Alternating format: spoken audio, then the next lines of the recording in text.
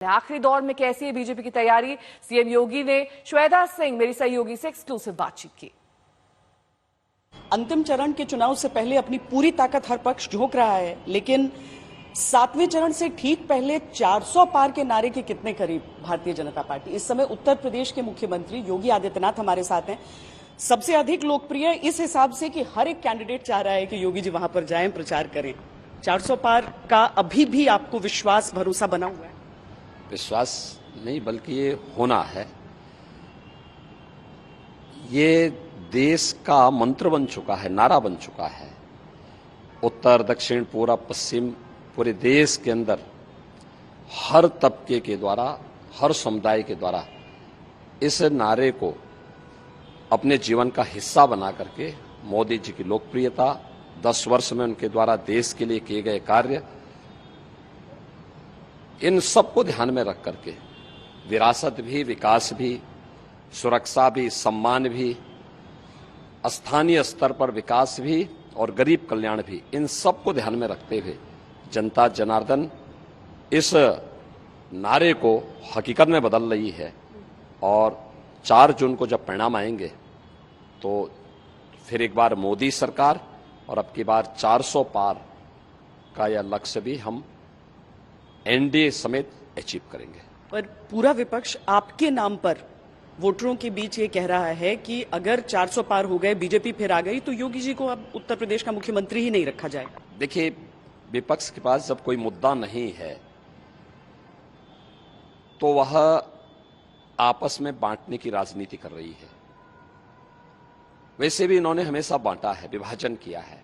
पहले देश को बांटा कांग्रेस ने, फिर इसके बाद इन लोगों ने क्षेत्र के आधार पर, भाषा के आधार पर बांटा और इस चुनाव में जाति के आधार पर बांट करके इन्होंने अनेक प्रकार के प्रोपोगंडा किए।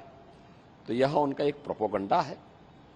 वैसे भी मैं तो एक योगी हूं और मेरे लिए सत्ता नहीं बल्कि पार्टी के मूल्यों और सिद्धांतों के लिए कार्य करना, जिन मूल्यों और आदर्शों के लिए हम राजनीति और सार्वजनिक जीवन में आए हैं उनके लिए कार्य करना हमारी प्राथमिकता है।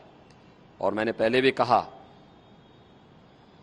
दिल्ली के सीएम से अरविंद केजरीवाल को कि केजरीवाल जी, आपने सत्ता के लिए अपने सिद्धांतों को तिलांजलि दी और जहां पे सिद्धांतों की बात आएगी तो एक बार नहीं 100 बार, एक जन्म में नहीं 100 जन्म में हम उस सत्ता को ठुकराएंगे।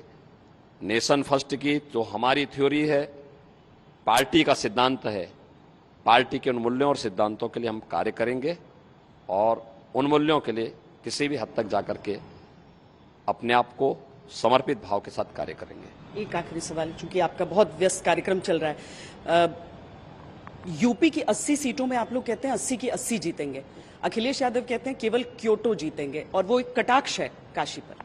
चलिए, ये तो मान रहे हैं ना कि काशी हम जीत रहे हैं। इसके बाद वो कहेंगे गोरखपुर भी इसमें आ जाएगा।